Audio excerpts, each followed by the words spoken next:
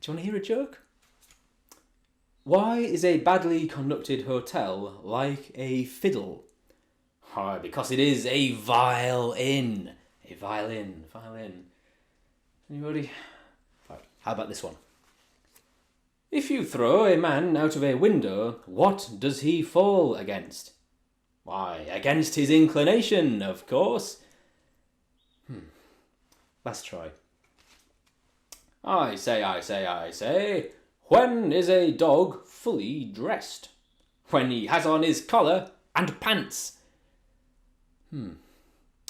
Okay, as you probably figured out by now, I don't have the most up-to-date material. In fact, all of the gags that I just told you are examples of Victorian jokes. They were all written and published in the 19th century. My name is Dr. Bob Nicholson, and I'm a historian of Victorian popular culture and a senior lecturer in history at Edge Hill University. Over the last year or so, I've been working with the British Library on a rather unusual project. You see, we've been aiming to find and, for better or worse, revive long-forgotten Victorian jokes. Now, I know what you're thinking. Victorian jokes, there can't be many of them floating around waiting to be discovered. After all, we're used to imagining our Victorian ancestors as a rather dour bunch, a society who were, in the words of their queen, famously not amused. But I'm not sure if this old stereotype is fair, because actually once you start looking, it becomes clear that millions of jokes were written and told during the 19th century. They were published in best-selling books and newspapers. They were performed every night in music halls, theatres, circuses, pubs, even in schoolyards and around firesides. Far from being a dour and humourless bunch, the Victorians loved a laugh. Now what we're aiming to do is to find these jokes, extract them from the places that they were originally published, and combine them into a new online archive that anybody will be able to browse and search through for free. Now we've already found thousands of new jokes that haven't been read or laughed at since the day they were published, but we reckon that there are thousands, maybe even millions more, waiting to be discovered. I'm here today because we need your help to try and find them. We're looking for volunteers to act as joke detectives, you might call them, to venture out into the archives in search of forgotten fragments of Victorian humour, and who'll then send whatever they find to us for inclusion in our archive. But don't worry, you don't need to head down to the British Library to do this kind of research in person. In fact, you can do a lot using online archives, many of which are free to access. There are loads of online archives that you might want to visit in order to help us find historical humour, but probably the most promising source of this kind of material are newspapers. In this case, we're taking a look at the British Newspaper Archive, which is a terrific source of 18th, 19th and 20th century newspapers and periodicals. Unfortunately, it does require a subscription in order to access, though you will be able to get at it for free in most cases at your local library.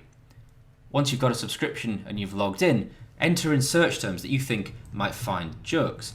Words like jokes, wit, humour, jests, comic or varieties will usually find results. In this case, I've managed to find a regular long-running column called Jokes of the Day. Pick one that you think looks promising, open it up, and hopefully, with any luck, you'll be confronted with a column of, 10 to 15 Victorian jokes, many of which might actually have been clipped from other newspapers, like Punch. In this case, you might actually need to click around a few times before you find any that really make you laugh. If you don't want to use a subscription archive, then there are other options. The National Library of Wales has a free newspaper archive that you can use. In this case, searching for jokes, you'll see, has found columns of imported American jokes, which were really popular in Victorian Britain. If you prefer, you can go directly to the source of these jokes and search the Chronicling America newspaper archive, which has been provided by the Library of Congress. This is also free to access. Other options include Australian newspapers, which are browsable, again, for free through Trove. And if you're feeling particularly adventurous, you might want to venture to the European Library website and search through the Europeana newspapers database, which includes newspapers and periodicals from across the continent. If you speak French or German, would love to see what jokes you can unearth in these collections. But you needn't limit yourself just to searching newspapers. You'll also be able to find plenty of historical humour that was printed in books. And if you want to focus on these sources, I can recommend 3 archives that you might want to start with. The first is called the Hathi Trust, and again this is completely free to search, though in some cases you will need to be based in America in order to view the books.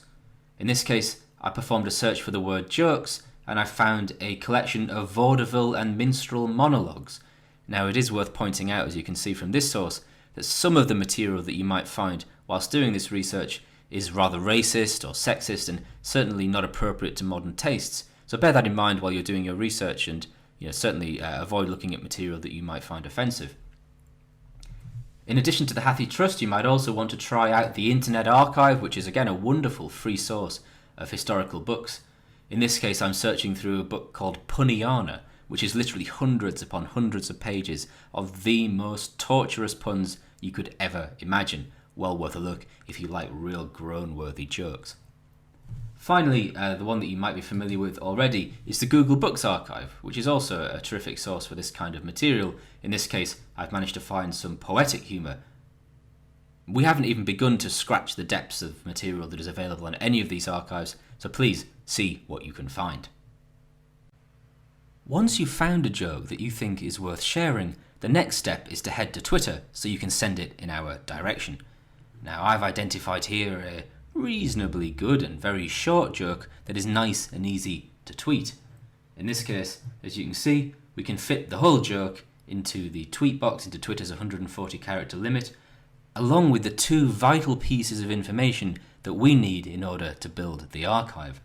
We have the attribution, which tells us the column, the newspaper, and the date where we found the joke.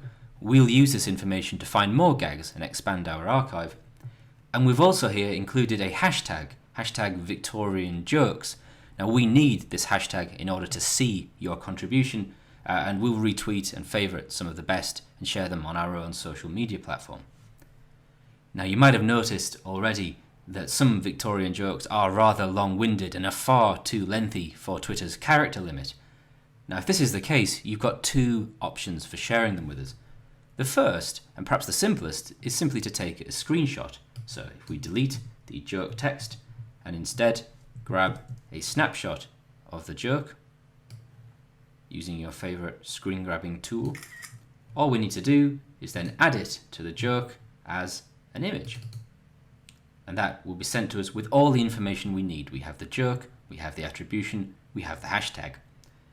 Now you've got to be careful with this, because in the case of some subscription archives, you don't have the permission to share the content that is owned by the archive. In these instances, you'll need to be a little bit more creative. One quick solution to this is to type the joke into your favourite word processing platform or image editing software. In this case, I'm just using PowerPoint, which is probably the easiest way to do it, and simply save this as an image and attach it in the same way that we did the screenshot.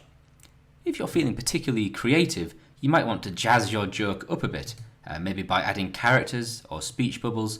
We've been doing a lot of this recently, and in fact, if you navigate to our social media pages, which is at Victorian Humour on Twitter and on Facebook, you can see plenty of examples of these to get some inspiration.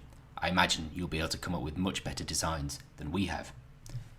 And that's it. Once you've found the joke and sent it to us, we'll add it to our collection, we'll give you full credit when the database is built, and hopefully we'll follow your lead to find thousands more jokes. So there we have it. If you're up for the challenge and you reckon you can help us find and revive Victorian jokes, then we'd love your help.